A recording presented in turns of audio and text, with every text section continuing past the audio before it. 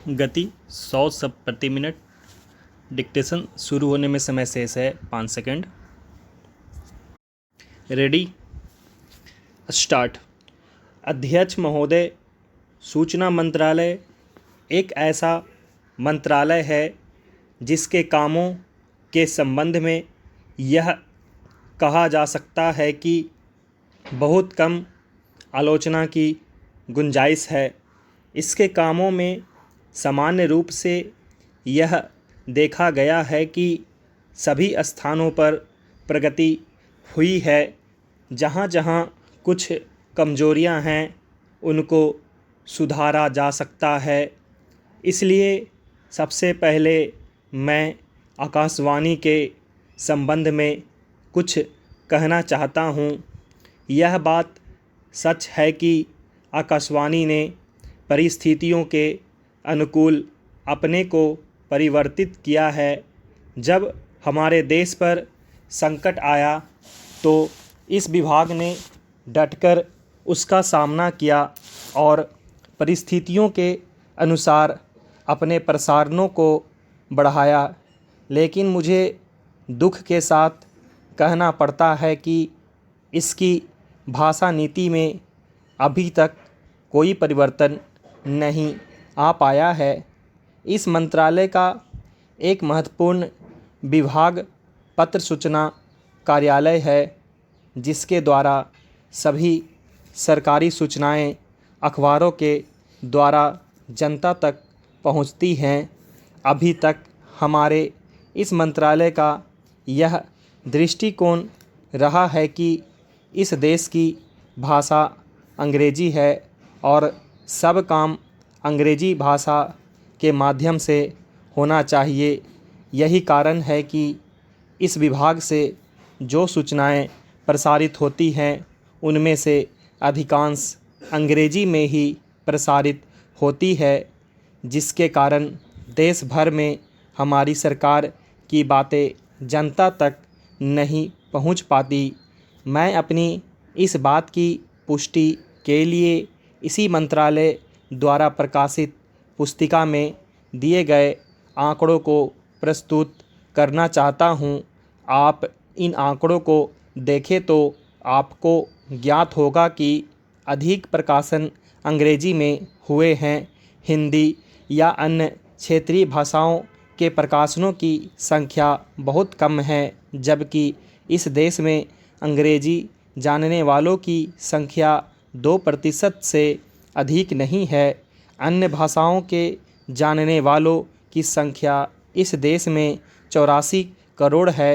इस दृष्टि से आवश्यकता इस बात की है कि हम अपना सारा काम अपनी भाषाओं के माध्यम से करें।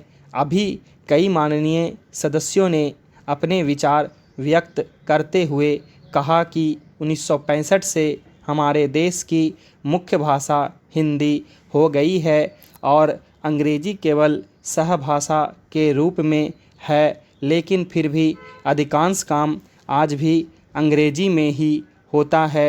मैं चाहता हूं कि आप ऐसे कदम उठाएं कि देश भर में हिंदी के माध्यम के द्वारा यह कार्य सुचारू रूप से चलने लगे।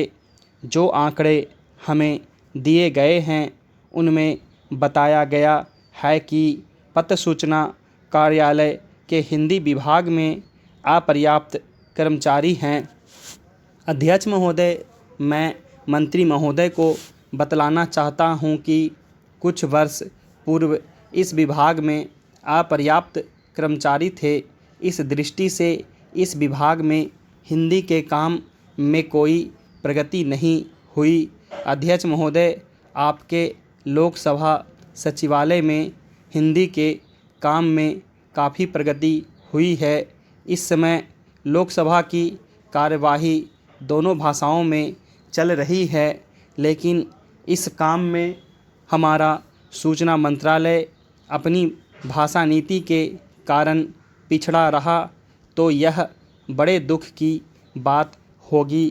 खाद्य तथा कृषि मंत्रालय की मांगों पर बोलते हुए मुझे याद आता है कि इसे जितना भी महत्व आज तक दिया गया है और जितना महत्व आज दिया जा रहा है वह बहुत कम है। अभी अंतर्राष्ट्रीय व्यापार पर बोलते हुए व्यापार मंत्री ने बताया था कि निर्यात की आमदनी में कृषि का कितना महत्वपूर्ण योगदान रहा है। उन्होंने बताया था कि 70% निर्यात कृषि की वस्तुओं का हो रहा है और उसी के द्वारा हमें इतनी आमदनी हो रही है। इस दृष्टि से कृषि का महत्व और भी ज़्यादा बढ़ जाता है। उन्होंने यह भी बताया था कि यदि कृषि उत्पादन केवल 5% और बढ़ जाए तो निर्यात से हम 100 करोड़ रुपये के लगभग अपनी आमदनी को और ज़्यादा बढ़ा सकते हैं। इतना महत्व इसका होने के बावजूद भी मुझे बड़ा खेद है और सचमुच यह बड़े दुख की बात है कि आप कृषि के ऊपर जिसमें 100 करोड़ रुपया कमाने की क्षमता है, 1 करोड़ रुपया भी खर्च करने के लिए तैयार नहीं हैं। मैं तो यहाँ तक कहूँगा कि जिसे हम औद्योगिक उत्पादन मानते हैं उस प्रकार का उत्पादन आज भी हमारे देश में नहीं हो रहा है।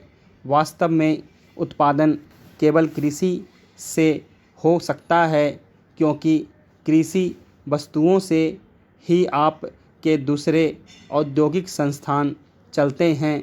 यदि रुई देश में पैदा ना हो तो कपड़ा कैसे बन सकता है।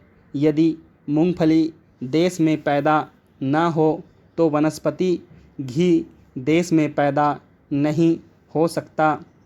इसलिए हमारा सारा उत्पादन कृषि वस्तुओं पर ही निर्भर है। इसी तरह से खनिज पदार्थों की स्थिति है। यदि खनिज पदार्थ निकालने पर ज़्यादा जोर दिया जाए तो उससे न केवल उत्पादन बढ़ेगा, हमारे उद्योगों को काम मिलेगा, बल्कि विदेशी मुद्रा भी बहुत बड़ी मात्रा में कमाई जा सकती है। हमारे देश में हर प्रकार की वस्तुओं का बहुत बड़ा भंडार हमारी भूमि में उपलब्ध है। स्टॉप।